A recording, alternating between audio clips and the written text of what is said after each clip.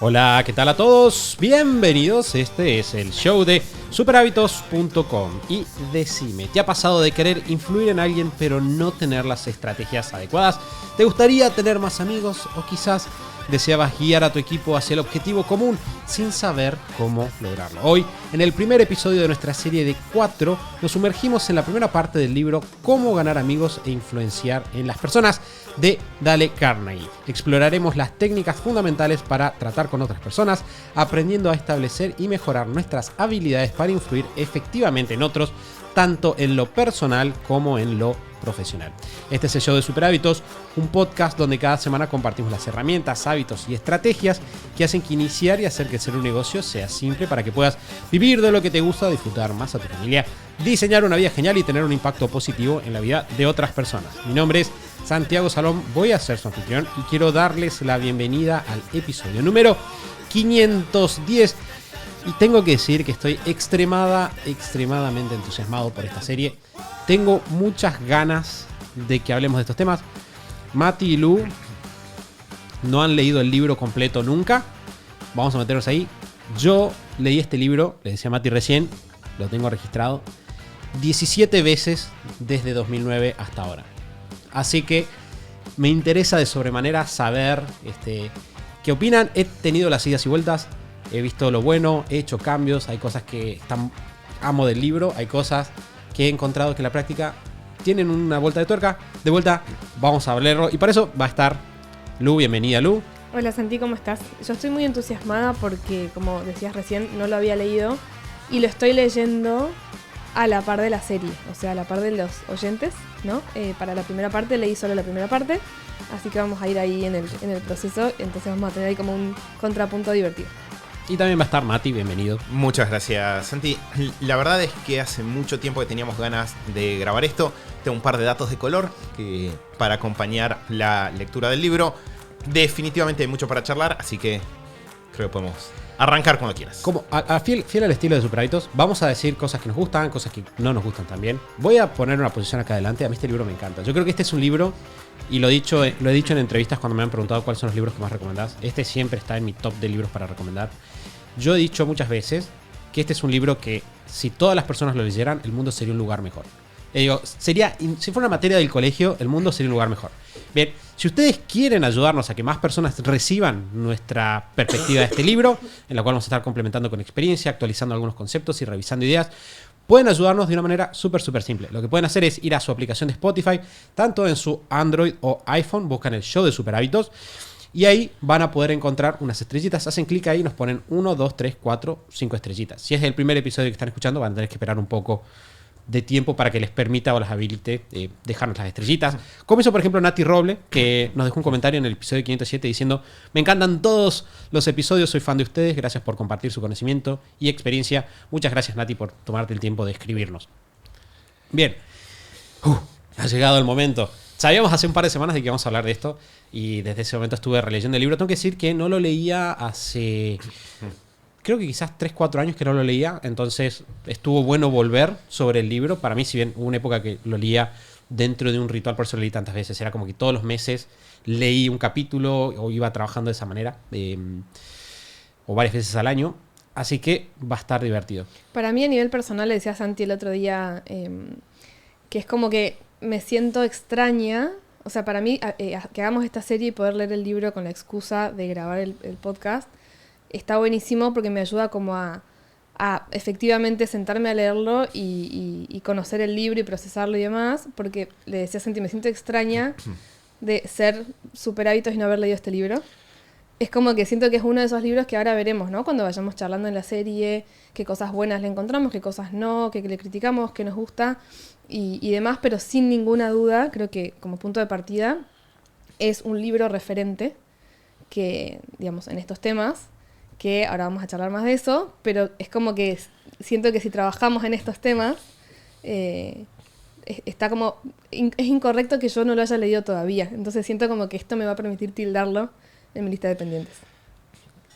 Una idea que creo que es importante, Santi, como para empezar a meternos. ¿Quieren que charlemos un poco de contexto del libro antes de meternos a fondo?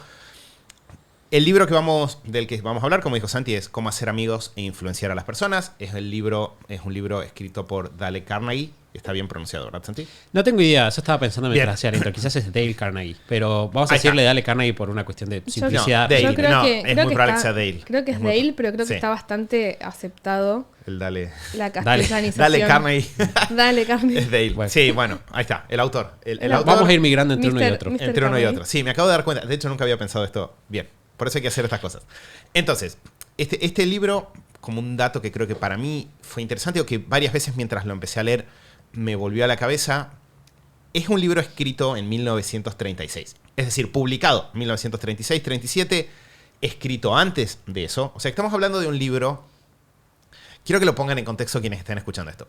Es un libro escrito antes de que la frase "sos peor que Hitler" tenga sentido en el mundo.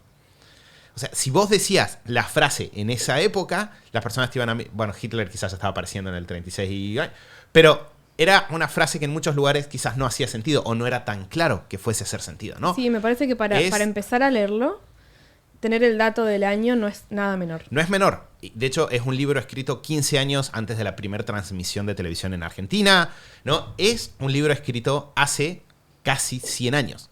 Sí, de hecho, como dato divertido, Dale Carnegie, o Dale Carnegie, como quieran que lo digamos, publicó este libro en 1936. Mucho de su trabajo está muy relacionado con Nueva York. Y en 1939 hubo un rally nazi en el Madison Square Garden. Así que no era obvio en 1939. que esto iba a ser un problema. Sí, Claro. igual voy a super chequear esto de nuevo, pero estoy bastante seguro. Bien, entonces, una cosa que creo que es importante de verlo es, se considera, o la literatura, el acuerdo social moderno es que este fue el primer libro de la categoría de libro de autoayuda, ¿no? Como el libro que inauguró de alguna forma el género. Y creo que vamos a hablar de posibles defectos que tenga el libro, de posibles cosas. No le quita valor al hecho de que el éxito que tuvo este libro, y este libro también como para tener un poco de dimensión, tanto en cantidad de reseñas, como les diría que en puntaje también, es de todos los libros de los que hemos hecho series hasta ahora, el que más reseñas tiene en Goodreads. Es un libro que probablemente es el que más copias ha vendido a lo largo de la historia de todos los que hemos visto. Y es un libro que lleva 100 años manteniéndose vigente, que no es poca cosa, ¿no? O sea, es un logro bastante grande. Vamos a ver qué es, porque probablemente es uno de los primeros libros que fue al punto de, hey, quizás podés mejorar tu situación a partir de cambiar cómo estás haciendo las cosas. Acá hay algunas ideas de cómo eso podría suceder. Entonces, creo que ya nos podemos empezar a meter un poco en los detalles del libro, pero es bastante indudable que es un libro, como decía Lu, que en la historia de la productividad, en la historia del mundo de los negocios y cómo se aprende a tener mejores resultados en los negocios, marcó un quiebre bastante importante, y tener la oportunidad de visitarlo creo que es muy interesante. Lo que es muy interesante creo también es que quizás entre nosotros, o entre quienes conocemos estas cosas, el libro tiene una imagen más bien tirando a positiva, pero creo que la mayor parte de las personas cuando escuchan el título del libro, hoy en día por lo menos, no sé si les despierta una imagen positiva o no. Yo creo que la palabra, sobre todo la palabra influir en las personas, que está en el título, y ese es el título oficial, creo que genera una resistencia y la sensación de estás leyendo algo malvado más que algo positivo, ¿no? Ya vamos a ver si eso es cierto o no en la lectura del libro, pero definitivamente creo que hay, así como Santi, hay un montón de personas que dan testimonio muy positivo del libro, con lo cual, si no lo leyeron y están empezando esta serie, les recomendamos aprovechar la serie para leerlo, para navegarlo. Van a ver que es un libro que definitivamente es llevadero para acompañar la serie, porque creo que hay mucho para descubrir, y como mínimo el entender por qué existe este libro y qué resultados trae o qué impacto tuvo es bastante importante. Sí, creo que también está bueno mencionar que claramente es súper precursor de un montón de cosas que si ya leíste Los 7 hábitos u otros libros más modernos, acá va a haber muchas ideas que vas a encontrar como conocidas y que evidentemente influenciaron esos otros libros futuros. De hecho, si no me equivoco, corríjanme, entre este libro y Los 7 hábitos hay como 60 años de diferencia. Sí. Entonces, creo que toda esta introducción es... 50.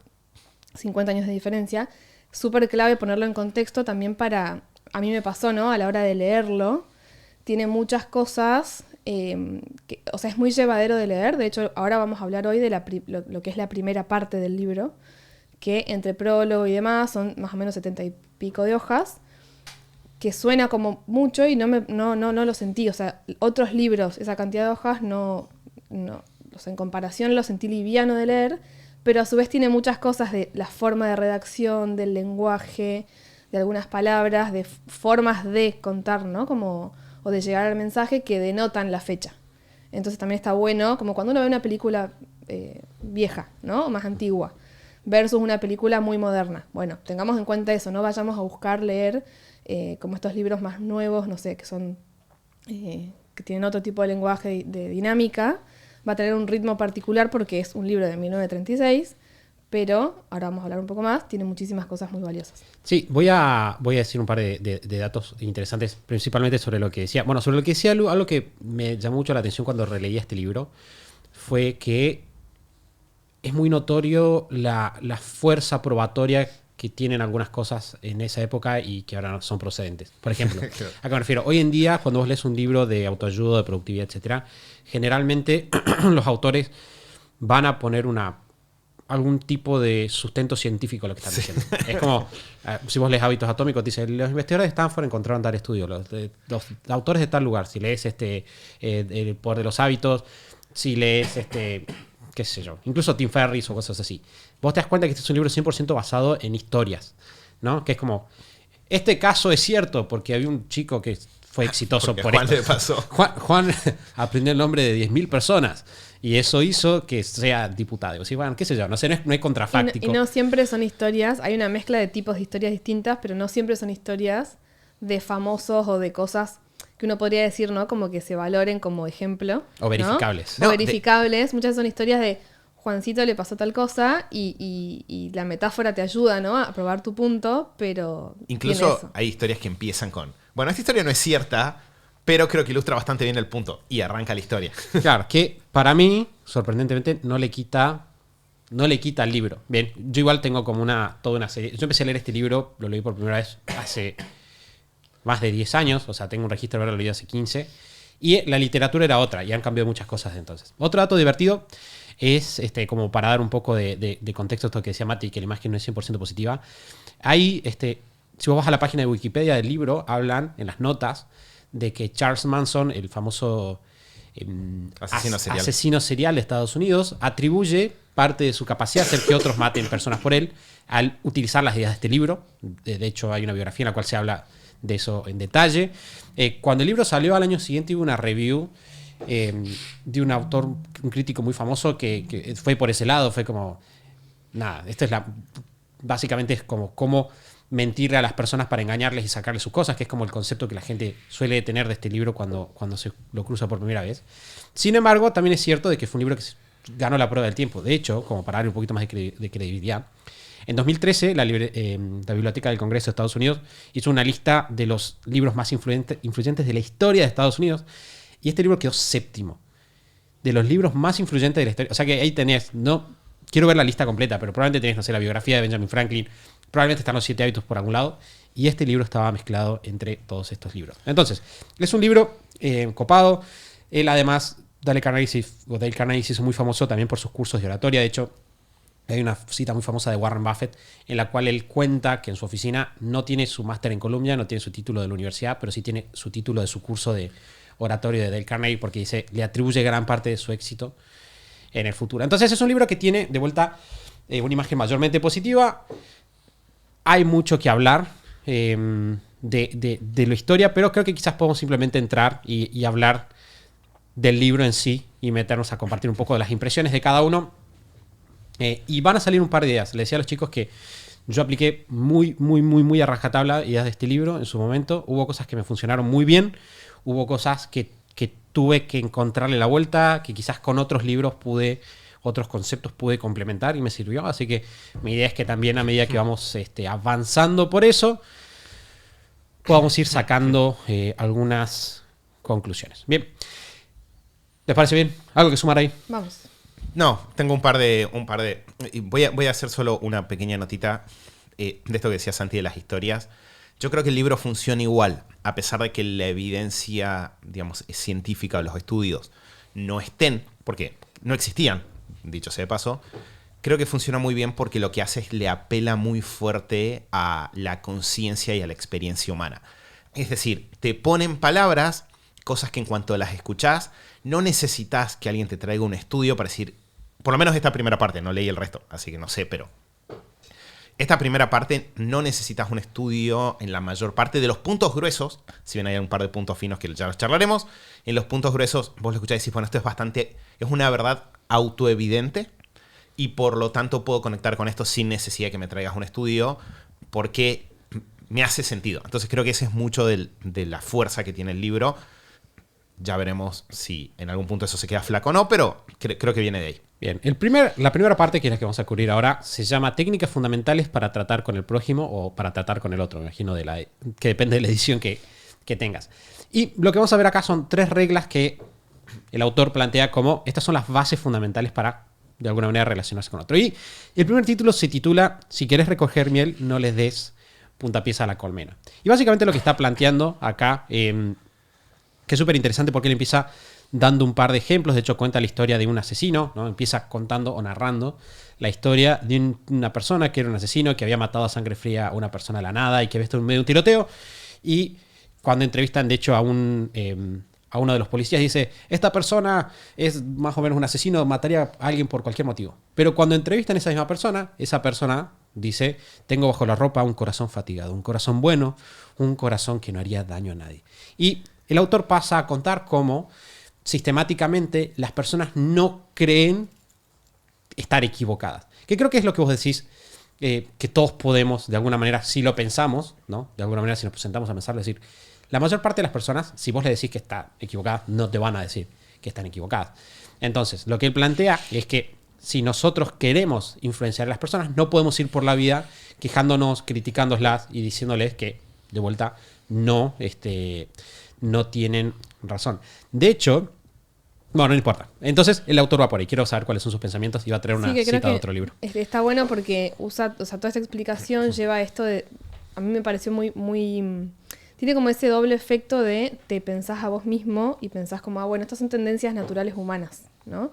Todos los seres humanos tenemos la tendencia natural a, no sé, autojustificarnos o a reaccionar si recibimos una crítica, ¿no? Entonces, eso nos pasa a todos y está bueno pensarlo para pensarse a uno mismo, en cómo gestiona, ¿no?, lo que viene de afuera y también en cómo, que es el objetivo de esta parte, de este capítulo, en cómo nos vinculamos con otros. Entonces, si queremos lograr ciertos objetivos en el vínculo con otros, bueno, si vamos a criticar, probablemente lo que logremos con esa crítica no solicitada sea despertar esta cuestión natural humana de me voy a defender, ¿no? Voy a reaccionar o internamente como que mis mecanismos de supervivencia me van a llevar rápidamente a autojustificar por qué esa crítica no es válida y yo en realidad no hice nada malo. Y eso es un camino sin salida, ¿no? O sea, para un vínculo no va a funcionar nunca, pensémoslo en cualquier situación cotidiana que tengamos, y para ningún objetivo que queramos lograr, está esta idea que decíamos polémica de influir, de influenciar, lejos de buscar manipular, estamos hablando de, si yo quiero, no sé, tener un diálogo con mi pareja y proponerle que hagamos algo en casa, bueno, ¿cómo logro que tengamos ese diálogo y que no sé, que podamos conversar de eso y que podamos llegar a un resultado juntos? Bueno, no voy a lograr eso nunca, en ningún vínculo, si lo que tiendo a hacer en automático es a criticar. Y también me parece interesante porque me hace como autopensarme, ¿no? Como también tenemos la tendencia natural a criticar, ¿no? Y como es un trabajo activo, personal y consciente, el no hacerlo. Una cosa que creo que es muy interesante de esta primera parte es, como decía Luke, nos habla mucho a la naturaleza humana, ¿no? Te permite básicamente pensar los mecanismos normales para entenderlos y desde ahí decidir cómo querés operar. Si vos querés ser una persona que cuando la critican no se pone a la defensiva, sino que escucha y atiende, genial, lo podés trabajar, está perfecto. Pero necesitas entender los principios o lo normal que vas a obtener para, de alguna forma, si vos entendés los principios del comportamiento, vos poder a partir de eso decidir cuál es tu posición, ¿no? Que, de vuelta, si yo digo influenciar a las personas suena malo, pero si yo digo influenciar positivamente a las personas, de repente decimos, bueno, suena como algo interesante poder influenciar positivamente en mi entorno, en las personas con las que me cruzo, en cómo está mi familia, en cómo están las cosas en mi trabajo. Ahora, si yo quiero lograr esa influencia positiva, lo que necesito es poder conectar con las otras personas. Y lo que básicamente este capítulo se enfoca es decir, cuando yo entro en modo crítica, condena o queja de otras personas, lo que voy a obtener es una barrera que se levanta. Y algo que me gustó mucho, que hace hincapié, creo que en esa época no se conocía el concepto, pero hay uno de los sesgos cognitivos más conocidos es el sesgo de la negatividad. Es decir, que las personas tendemos a recordar las cosas negativas que nos dicen sobre nosotros con mucho más peso y durante mucho más tiempo que las cosas positivas. El típico comentario es que si alguien te dice qué feo que estás hoy y alguien te dice qué lindo que estás hoy, es más probable que te quedes pensando en la persona que te dijo qué feo y te quedes pensando qué podrías haber hecho distinto, ¿no? Entonces, lo que de alguna forma este capítulo toca es ese punto clave, y creo que algo que a mí me gustó mucho es, hay 1000 historias adentro para repetir este punto clave desde 295 ángulos diferentes, pero algo que me gustó mucho es que cuando va haciendo el resumen dice, bueno, no critique, lo cual no significa que no te enojes. Y dedica mucho tiempo en el capítulo a mostrar cómo diferentes personajes se enojan, pero no reaccionan a ese enojo. Y de hecho, da un mecanismo que... O no reaccionan con respecto, que esto lo hablamos en otro episodio, cuando hablamos de algo del enojo, reaccionan, o sea, toman acción, hacen algo al respecto de eso que les pasa, pero no direccionado a la otra persona o en modo queja o violento. De hecho, el mecanismo de escribir una carta y no enviarla, por ejemplo, es un mecanismo bastante poderoso. Escribir un correo y borrarlo. O sea, he escuchado ese mecanismo recomendado en otros lugares. Funciona. En la vida moderna y funciona. Entonces, está bueno esta diferenciación que hace, que es, no significa que lo que hacen los demás esté bien, no significa que lo estemos justificando, y no significa que no te puedas enojar. Pero tenés que entender cuál es la forma correcta de canalizar eso que te pasa si tu objetivo es lograr conectar con esa persona e influenciar. Sí, de hecho voy a leer 2 citas que me parece que toman muy bien, resumen muy bien las ideas de este capítulo, y de ahí voy a dar un par de ideas que me surgen. La primera es, la crítica es inútil porque pone a la otra persona a la defensiva y por lo común hace que trate de justificarse. La crítica es peligrosa porque lastima el orgullo tan precioso de la persona, hiere su sentido de la importancia y despierta su resentimiento. En lugar de censurar a la gente, tratemos de comprenderla. Tratemos de imaginarnos por qué hacen lo que hacen. Eso es mucho más provechoso y más interesante que la crítica, y de ello surge la simpatía, la tolerancia y la bondad. Y pone una frase ahí, saberlo todo es perdonarlo todo. Y fíjense que este para mí es un gran ejemplo de por qué este no es un libro de mentir a las personas. Bien, ¿por qué no te está diciendo? De hecho hay una parte, después habla como de demostrar aprecio sincero, la sección que viene, el capítulo que viene, y él te dice, no mientas, no adules a las personas. La gente inteligente se va a dar cuenta de que le estás adulando. Busca motivos reales. Y acá lo que está haciendo es decirte, la forma más fácil de chocarte cuando querés generar un cambio es decir a la persona que está equivocada. Y algo que pensaba, que nunca había pensado sobre este libro, pero ahora más grande y más maduro lo veo, es un excelente libro para hacerte una lista de hábitos para incorporar. Es un gran... o sea, porque vos lo pensás y es un libro que está lleno de cosas tácticas. Como esto que decís vos. Con la próxima que estés enojada, escribite un texto y nunca lo mandes. O tiene un grupo de WhatsApp donde te lo mandes a vos y decís todo lo que sentís. Y esperá y después mandalo. ¿Bien? O, de vuelta, esto me hacía acordar, por ejemplo, a mucha comunicación no violenta. Y una de las cosas que hablaba de comunicación no violenta, cuando está hablando un poco de que es un libro que voy a referenciar mucho a lo largo de esta serie, estoy seguro. Cuando él está hablando del tema del enojo, algo que dice es que expresar el enojo muchas veces es una forma muy incompleta de expresar esa emoción. Simplemente gritarle a alguien, etc. Porque muchas veces tus necesidades no terminan siendo satisfechas. Y cuando vos pensás de esta manera, vos estás diciendo como, supongamos, típico lo que sea Luz, típico problema.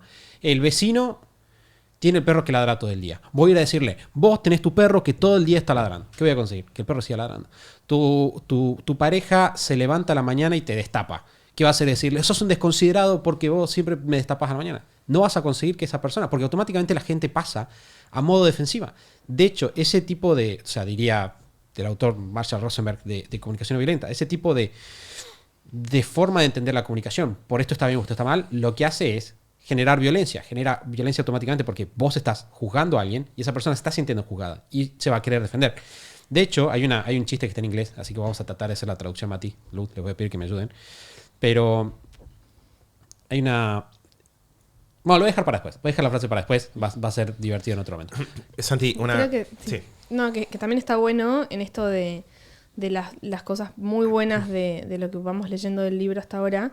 Y es que, por eso pensaba mucho en esto de la importancia de resaltar en qué año se escribió para muchas cosas del lenguaje, porque el título de este capítulo es Técnicas para, y seguramente si hicieran una reedición más actualizada y más moderna, quizá debería ser Principios para, ¿no? O clave, o no sé, como lo siento más como que están los principios los principios universales de base, y hay mucho detrás. Si bien te da 3 puntos clave de haz esto, haz esto, haz esto, tiene un combo muy interesante de esto que dice Santi, ¿no? Como cosas muy tácticas, muy aplicables, muy extraíbles a acciones puntuales. Bueno, voy a hacer esto todos los días.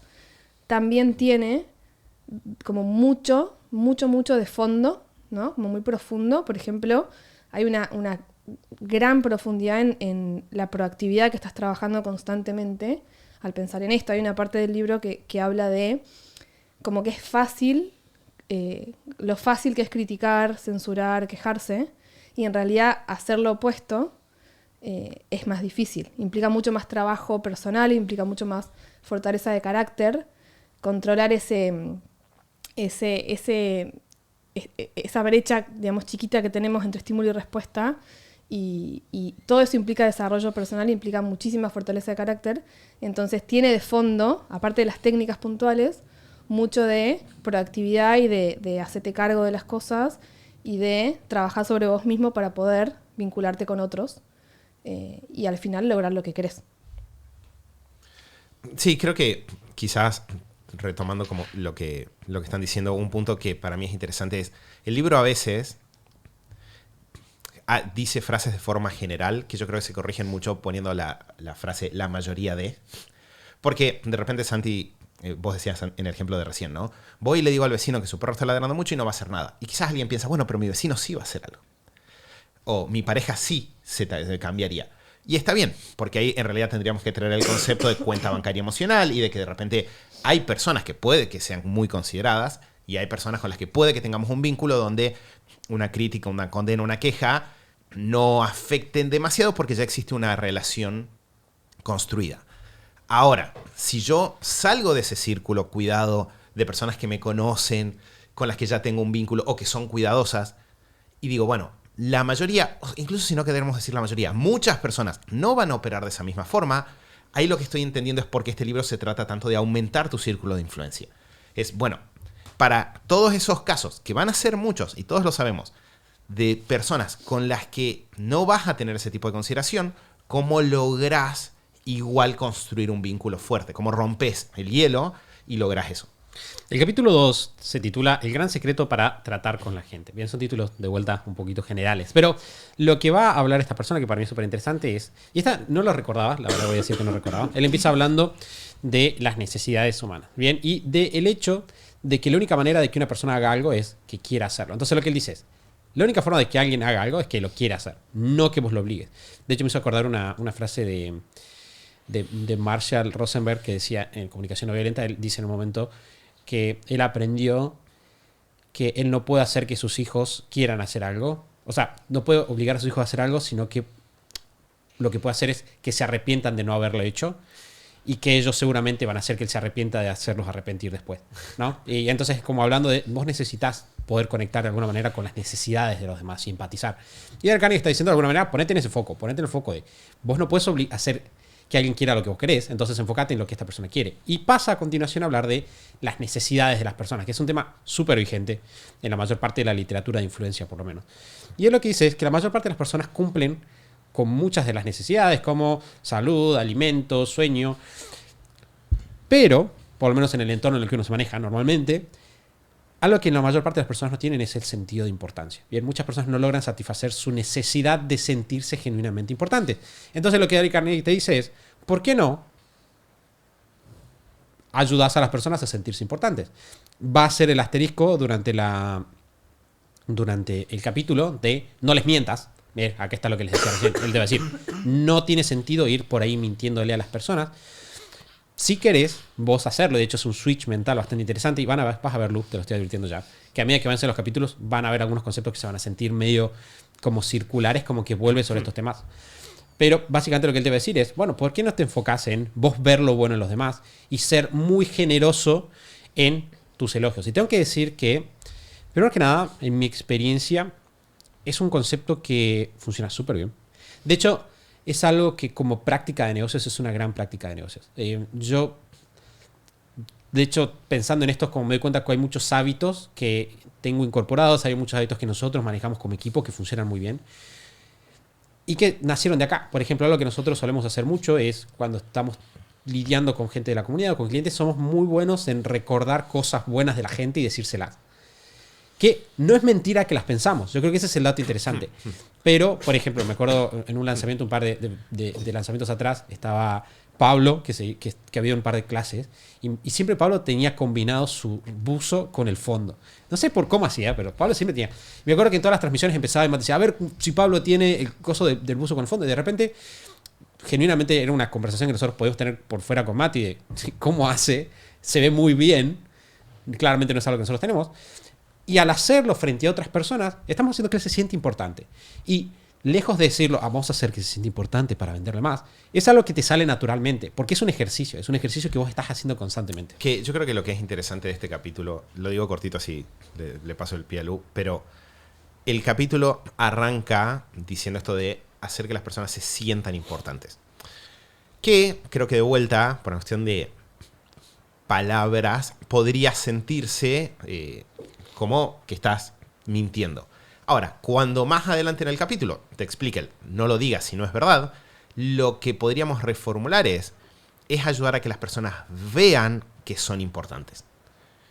Estamos ayudando a que las personas vean que son importantes. Yo no estoy, como decía Santi, buscándole la vuelta porque estoy tratando de tocar un botón en el otro, sino que es una mejor forma de andar por la vida el transmitirle a todas las personas a nuestro alrededor que son importantes. Y acá sí puede haber entrar una parte medio filosófica, pero si creemos, que en mi caso por lo menos lo creo, que cada persona es única, si creemos que cada persona tiene algo para aportar al mundo, si creemos que cada persona importa, porque en su casa importa y en el entorno en el que está importa y en su trabajo va a producir resultados, si pensamos que las personas importan, la pregunta que sigue es, ¿estoy tratándolas o no desde ese lugar?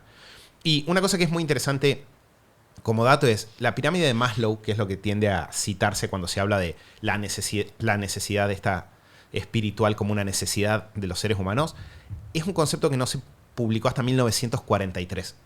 O sea que incluso antes de que Maslow publicara la pirámide de Maslow, que ya todos la damos recontra por sentada porque tiene casi 100 años, este libro ya estaba tocando algo que después en psicología apareció con ese nombre, pero que era las personas tienen esa necesidad.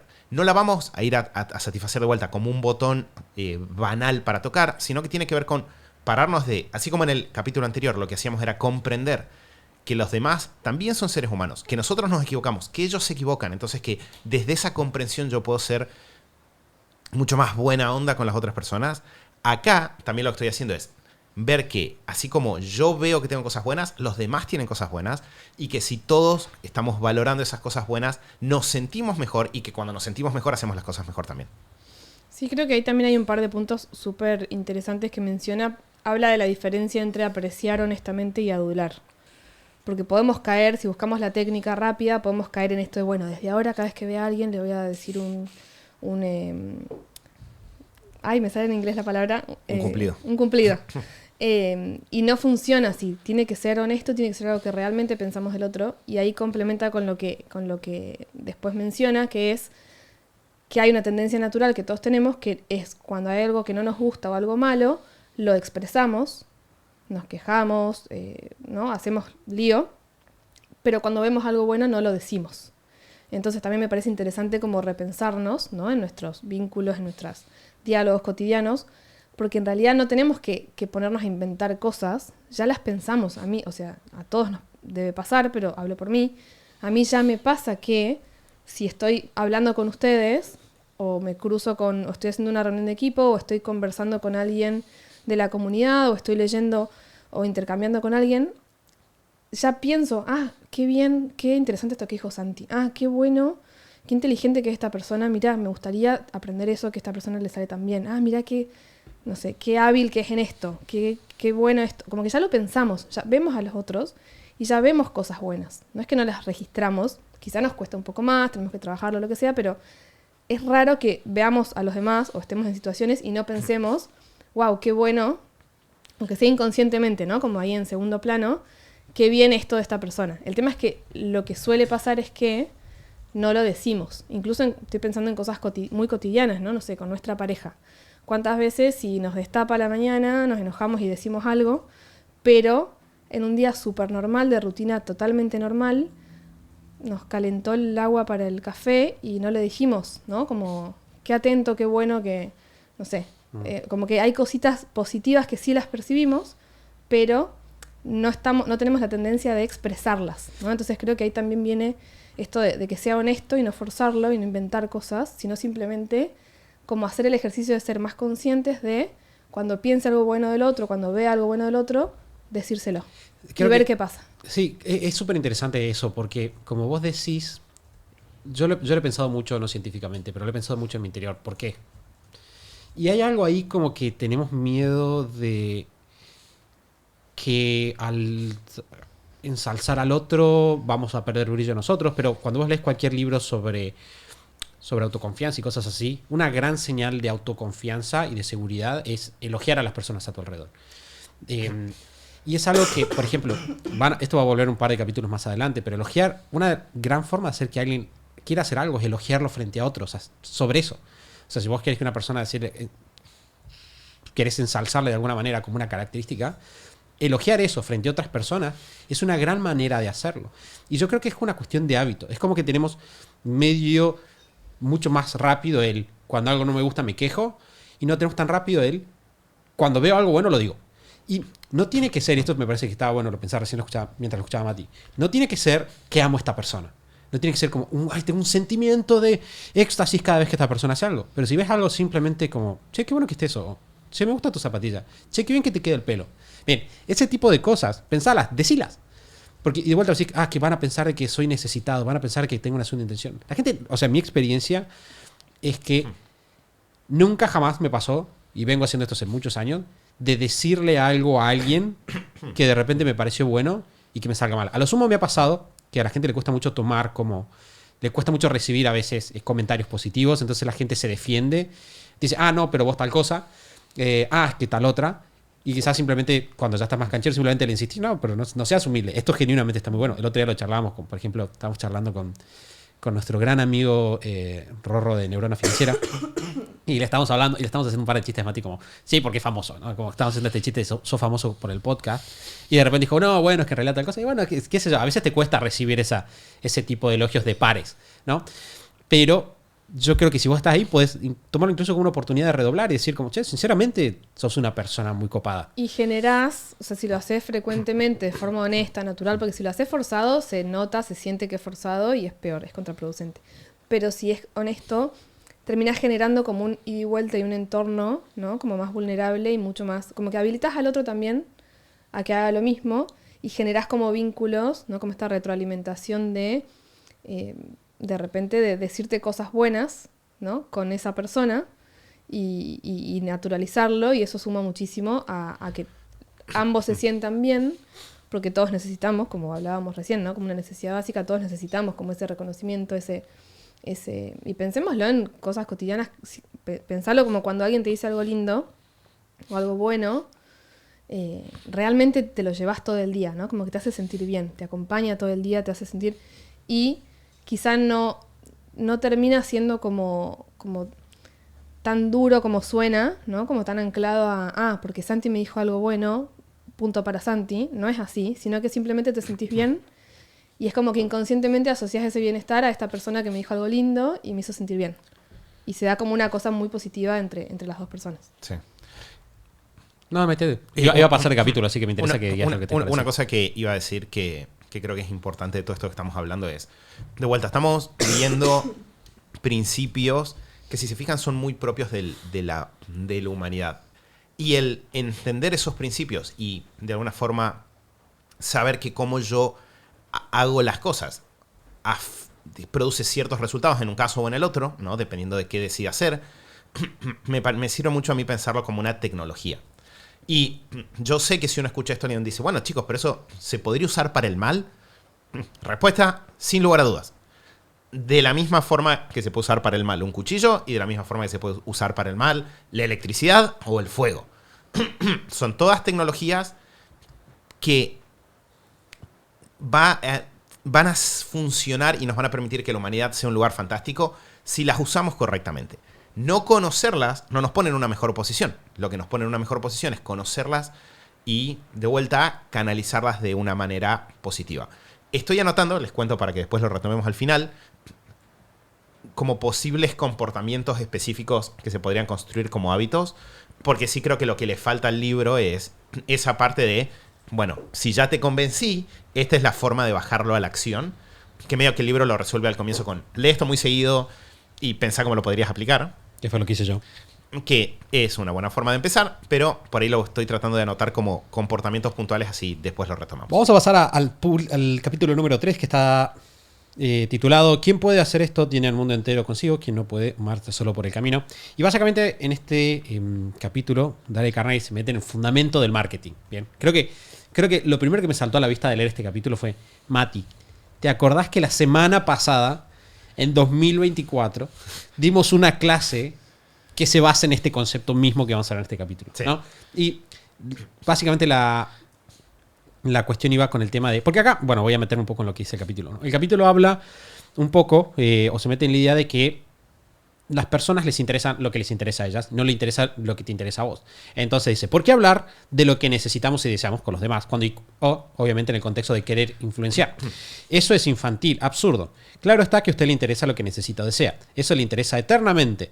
Pero a nadie más le interesa. Los demás son como usted o como yo. Les interesa lo que ellos desean y necesitan. De modo que el único medio de que disponemos para influenciar sobre el prójimo es hablar acerca de lo que él quiere y demostrarle cómo conseguirlo. Y si lo pensamos, por eso decía, esto es marketing 101, esto es principio del marketing. Cuando vos hablas... Todas las fórmulas de copywriting, de marketing, de cómo se escriben anuncios, de cómo se generan páginas de venta, todo parte de este principio. Exactamente. Y creo que de alguna manera hay tanta gente. Uno pensaría que este es un consejo que quizás es medio viejo, 1936. Este es un consejo que, de vuelta, estuvimos dando una clase la semana pasada y estamos hablando de esto. Estamos hablando puntualmente de suba de precios. Y yo tenía justo esta experiencia súper reciente de un servicio en el cual la persona que proveía el servicio me dijo algo del estilo de te voy a subir el precio porque la verdad que está todo caro y me está costando, así que te voy a subir el precio. Y yo pensé, no me interesa en absoluto que sea caro para vos. Ese es tu problema. A mí me interesa que todo es caro para mí. Ahora es más caro porque vos me estás subiendo el precio a mí. Bien, entonces, fíjense que esa persona, lejos de obtener lo que quería, o sea, va a obtener lo que quiere o no, si yo le sigo contratando su servicio, definitivamente no obtuvo mi buena voluntad.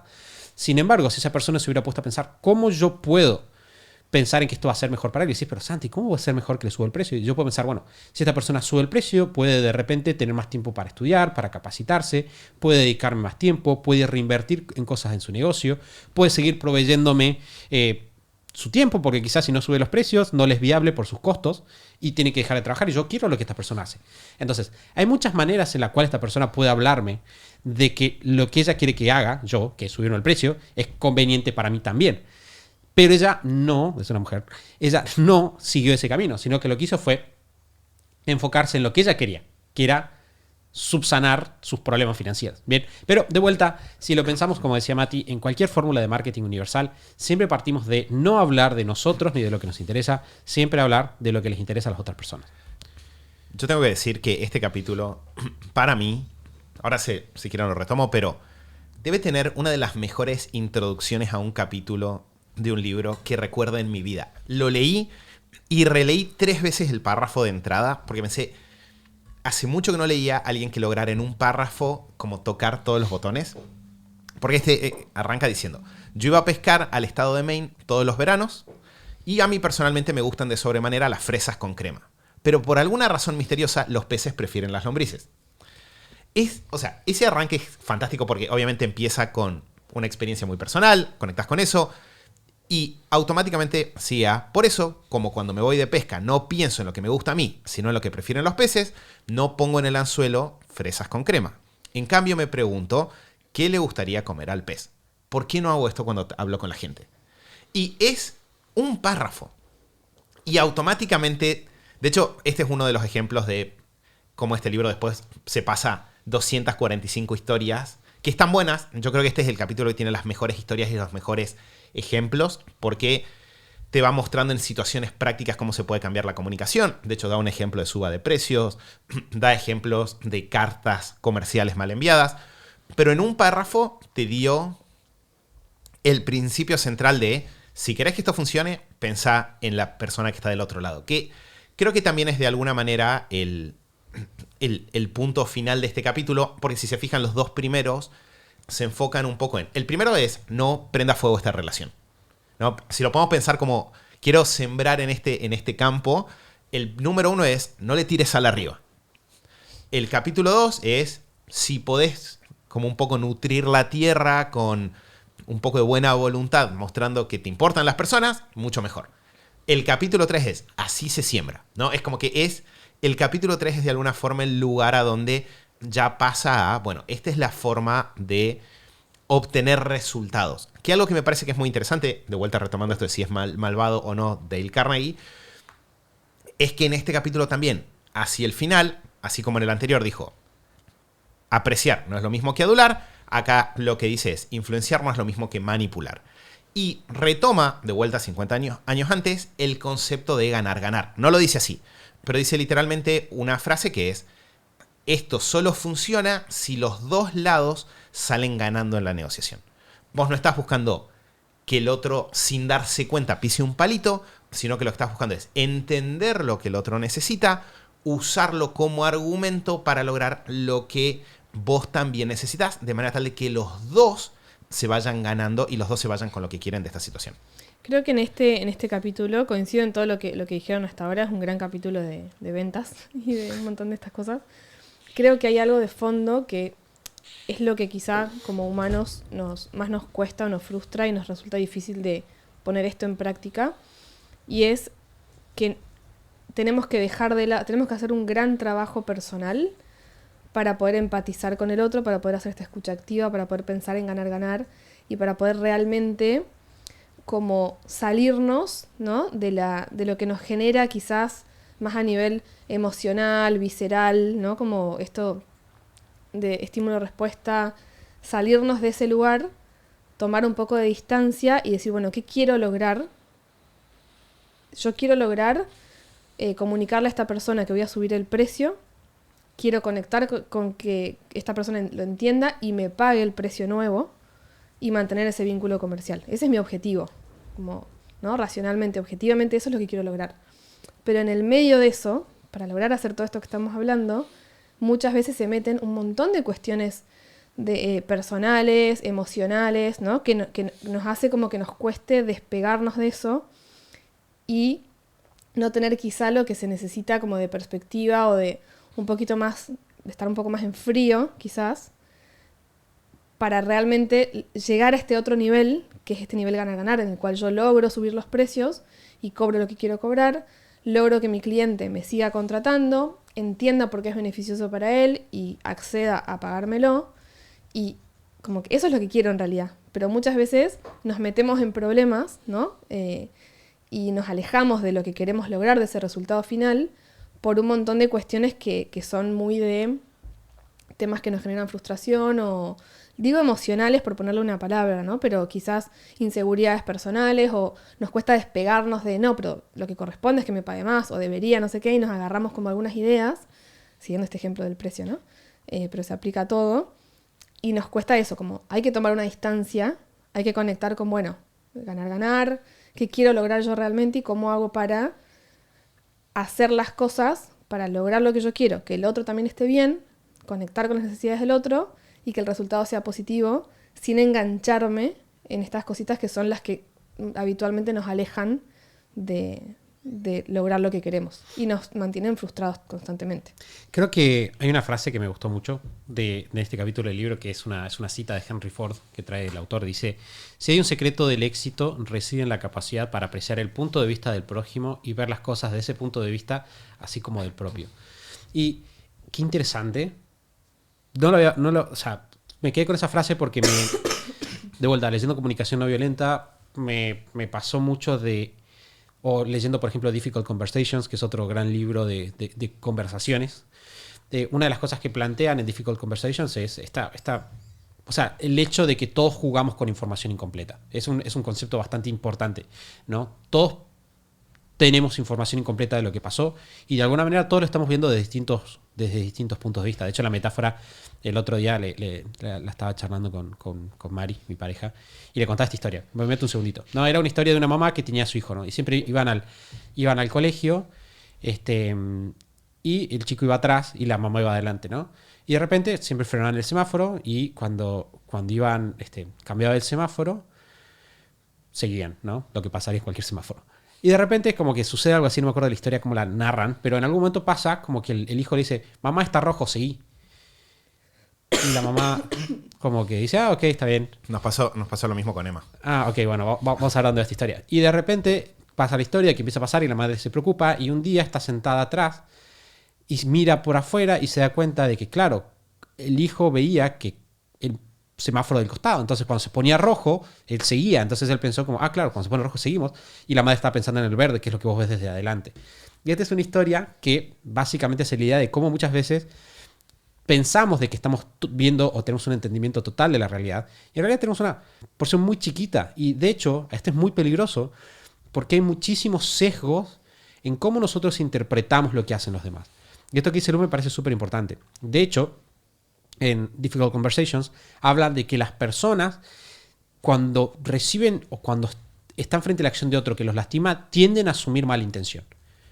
Y de hecho existe como contraparte lo que se conoce como el Hanlon's Razor, que es una regla para recordarse lo mismo, que es que probablemente cuando alguien hace algo que nos lastima, probablemente no se debe a maldad, sino a descuido. Y es una gran regla, porque el significado que vos le pones a la acción del otro determina profundamente, estamos hablando, esto es psicología técnica, es profundamente importante a lo que nosotros hacemos a continuación. Y de hecho lo que Dale Carnegie te está planteando en muchos aspectos es, si vos te pones a ver desde el punto de vista del otro, quizás vas a descubrir que hay otros motivos por los cuales esta persona hizo lo que hizo, que no son los que vos necesariamente pensarías al principio. Y lo que pensaba mientras te escuchaba, Lu, es cómo es una habilidad que no todos tienen. O sea, y me pregunto, y esto no lo sé, es simplemente Santi preguntándose cosas. Nosotros habiendo estudiado hábitos, sabemos que hay ciertas habilidades cognitivas que se desarrollan en el colegio. Por ejemplo, el pensamiento abstracto es algo que todos tenemos la capacidad de, o sea, todos digo en general, ¿no? La mayor parte de las personas lo tienen, excepto que tengan alguna patología específica. Y no sé, ni siquiera sé si eso sucede así. Pero sabemos que se desarrolla. O sea, la capacidad de interpretar textos se desarrolla. La capacidad de meditar y abstraerte de tus pensamientos es algo que se desarrolla. Y yo pensaba, ¿cuánta gente hay que asume que lo que ve es lo que es y no tiene el paradigma de que solamente lo que ve o lo que siente es una porción de la información que hay allá afuera?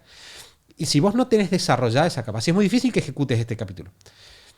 Nada, simplemente me sorprende. Y la otra cosa que voy a hacer, y ya te dejo, Mati, porque sé que tienes un par de notas sobre la otra cosa que quería resaltar es otra cita que dice: miles de vendedores recorren hoy las calles cansados, decepcionados, sin buena paga. ¿Por qué? Porque solo piensan en lo que ellos quieren. No comprenden que ni usted ni yo queremos comprar nada. Si quisiéramos, saldríamos a comprarlo. Pero a usted y a mí nos interesa siempre resolver nuestros problemas. Si un vendedor puede demostrarnos que sus servicios o sus productos nos ayudan a resolver nuestros problemas, no tendrá que esforzarse por vendernos nada. Y ya le compraremos nosotros, y un cliente desea creer que él es el que compra, él es quien compra, no hay nadie quien le vende. O sea, si yo tomo este párrafo, lo pego en un libro publicado en 2024 de ventas para servicios profesionales, nadie levantaría la oreja de medio viejo esto. Todo el mundo diría como sí. O, quizás me está pasando. Yo creo que este libro cumple con la descripción de ser un clásico en el hecho de cuántas cosas generadas, creadas en 1936 vos podés poner hoy y que tengan el nivel de vigencia que tiene esto, ¿no? Es decir, ¿Cuántas canciones de 1936? ¿Cuántas películas de 1936 vos podrías ver? ¿Cuántos electrodomésticos ponerlos en tu casa y que tengan el nivel de vigencia que tenga esto? ¿No? De vuelta, no es un 100 quizás, probablemente con tecnologías modernas también de enseñanza, de escritura, podrías lograr una versión, no sé, más práctica del libro, más dinámica. Pero es una locura pensar, o sea, de vuelta, pensemos en hasta me da ganas de ponerme a buscar canciones 1936, películas, electrodomésticos y ponerlo, y ahí te das cuenta de por qué el libro es un clásico, porque tiene esa vigencia que se mantiene después. Sí, también creo que bueno, que este capítulo, esta parte, tiene mucho esto de que es saludable, o sea, más allá de ventas o de en qué lo quieras aplicar en la vida, es simplemente saludable como persona que quiere crecer y mejorar, es salirte un poco de tu ego, ¿no? Y entender esto de incorporar este ejercicio de, bueno, veo algo que otra persona hizo, me surge mi interpretación automática, bueno, me doy unos segundos para cuestionarla o para decir, bueno, por algo lo habrá hecho, o pregunto primero, ¿no? O como esos segunditos de simplemente salirte de tu ego y contemplar la remota posibilidad de que las cosas no sean como vos estás asumiendo que son, ya es como muy saludable como ser humano, para ser mejor como persona, pero también para pasarla mejor en el día a día. Si no, también es muy fácil y es egocéntrico, porque si lo pensamos, nosotros hacemos lo mismo. Yo hago cosas que le pueden generar a otro una interpretación de que lo estoy haciendo con maldad o con ciertas intenciones. Y yo en realidad, como dice en el libro, estoy, como todos los seres humanos, pensando en mis cosas, con mis problemas, con mi rutina, con mis desafíos, con mis cuestiones, y estoy haciendo lo mejor que puedo en medio de mis desafíos. Y muy pocas veces, o sea, estamos hablando, ¿no?, en casos de vínculos buenos dentro de todo, muy pocas veces estoy pasando mi día pensando qué puedo hacerle mal al otro. Entonces, también como que esto de vuelta, esto doble de, bueno, me autoanalizo y me doy cuenta de cómo, así como yo estoy en mi camino, ¿no?, con mis intereses y buscando mis cosas, el otro también. Entonces, como que creo que te invita mucho a esto, a salirte un poco de tu ego, a salirte como de un lugar de el otro hizo algo que me afecta a mí, como si vos no hicieras cosas que pueden afectar al otro, como si no se diera, ¿no? Como que se da siempre de los dos lados, pero tendemos a verlo del lado del otro, no del lado nuestro. Entonces como que creo que está muy bueno. Bueno, hemos llegado al fin de esta primera parte. Vamos a cubrir hasta acá en el libro. Yo ya estoy avanzado un poquito, ya estoy un par de capítulos adelante, pero por los próximos 7 días vamos a estar leyendo sobre esto. Quiero saber, chicos, alguna reflexión, dato extra final. Creo que tuvimos un buen comienzo. Tuvimos un buen comienzo de la serie. Dudas. Creo que entusiasma, pero a mí. Así que, ¿qué opinan ustedes? Yo sumo una nota nada más que no la dije al comienzo porque quería que avancemos y profundicemos en esto. Coincido en todo lo que dijimos hasta ahora, de todo lo valioso del libro. Sí creo que, sea por una cuestión del estilo del autor, que no leí otros libros de él, así que no sé, sea por una cuestión de época, sí me parece que si hubiese que hacerle como una reedición para que sea más amigable leerlo, más allá de que es liviana la lectura, sí siento que tiene como demasiada historia, como que eso sí como que no disfruté mucho llegar a los puntos clave, ¿no? Como llegar a las ideas. No disfruté la parte de lectura con demasiada historia, no por las historias en sí, porque están bien, sino porque me acordaba de otro libro que tiene muchas historias, que es el de Tim Ferriss, que es como que me resulta más ameno porque tiene una historia larga para un punto, ¿no? Como un capítulo tiene una gran historia y acá sentí como, por momentos, hay partes del libro que tiene como si fuese ítems, como que una historia, punto y aparte, otra historia, punto y aparte, otra historia, y es como un compilado, como que necesitaba todas las historias que se le ocurrieron para graficarme este punto, las tiró, ¿no? Y las puso una detrás de la otra. Eso me parece como que le resta, porque siento como que le hace mucho ruido a las ideas que son muy fuertes, que están muy buenas y que por ahí con menos adorno, como que podés llegar más rápido, como lo que decía Mati recién, la metáfora esta de ir a pescar. Podés limpiarlo, como que siento eso, como que se podría limpiar mucho para que con menos historias o menos metáforas grafiques el punto y vayas directo al punto y lo desarrolles y tenga como más impacto en la lectura y no tanta cantidad de volumen, ¿no? Como de páginas, de hojas, de historia una tras otra, tipo en modo ítems. Eso fue lo único que no me gustó, pero de vuelta en la balanza sin dudas es un detalle. Sí, yo creo que quizás en detalles, que así tomando lo que dice Lu, de detallitos que creo que hay que tenerle paciencia al libro de vuelta por una acción de época. Me parece que cuando toca, en una parte toca temas de como salud mental y por qué las personas se vuelven locas. Y se nota el hecho de que es un libro escrito ahí. En ese lugar sí se nota bastante fuerte ok, este es un libro escrito hace muchos años.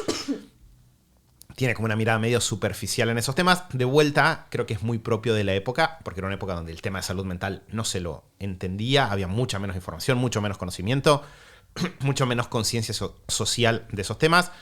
Y después lo otro, que si quieren, lo que podemos hacer es a lo largo de la serie irlo anotando y después lo bajamos como una guía práctica y lo compartimos con la comunidad.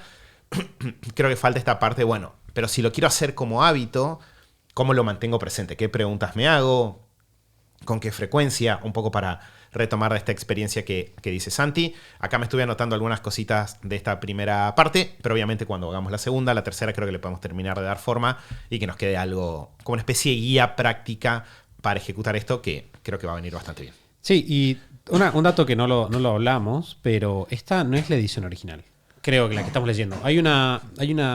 Hubo una edición. Es verdad, porque hay todo un prólogo de como explicaciones de la reedición. De la reedición, en el cual incluían más mujeres en los ejemplos más nuevos. De hecho, hay ejemplos que no son de 1936, ¿no? Hay ejemplos que son de personajes que vinieron después o eventos mucho tiempo después. De hecho, en realidad lo que me pasó fue que pensé, me re divertiría encontrar la edición original para ver qué le pusieron y qué le sacaron, aunque me suena que probablemente esta edición es mejor. Porque debe estar más sintética, más...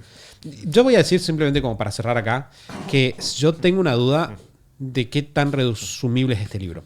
Porque al leerlo, haberlo leído completo, es un libro que vos te da la impresión de, este libro podrían ser 60 páginas. Pero al mismo tiempo, no sé. Al mismo tiempo creo que no tendría el poder.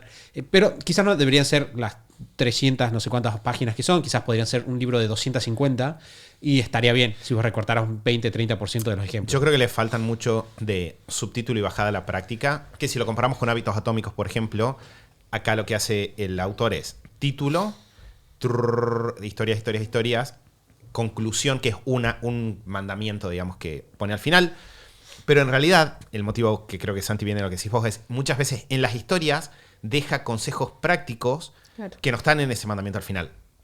Como el ejemplo de escribir la carta y no enviarla. Sí. Entonces, probablemente si esto vos lo hubieras ordenado como en secciones dentro de los capítulos y tuvieras una que sea el principio general, que es no criticás porque eso levanta las defensas. Parte 2, ¿qué haces cuando tenés ganas de criticar? Y ahí ponías el hecho de escribir y no lo mandes y contabas ahí la historia. Y parte 3, decir, ¿hay alguna forma correcta de criticar? No sé, como que si lo dividías quizás en partes y ordenabas un poco, quedaría. Yo creo que a mí me pasó muchas veces en las historias, había consejos prácticos que no están en las conclusiones y eso te da un valor de la historia. Entonces, creo que es una cuestión de orden. Ahí me fijé y esta edición que estamos leyendo se reeditó, digamos, en 2013. Claro. O sea que es bastante reciente la reedición, si comparamos al año de origen, ¿no? Pero yo habiendo leído el libro antes, no noté muchas diferencias. Creo que, porque yo ahora te estoy leyéndolo en la Kindle, yo lo tenía físico. De hecho, yo tengo una versión física del libro que quedó en otro lado, donde tenía anotado, tenía lo de las 4X que él propone al principio, tenía todo.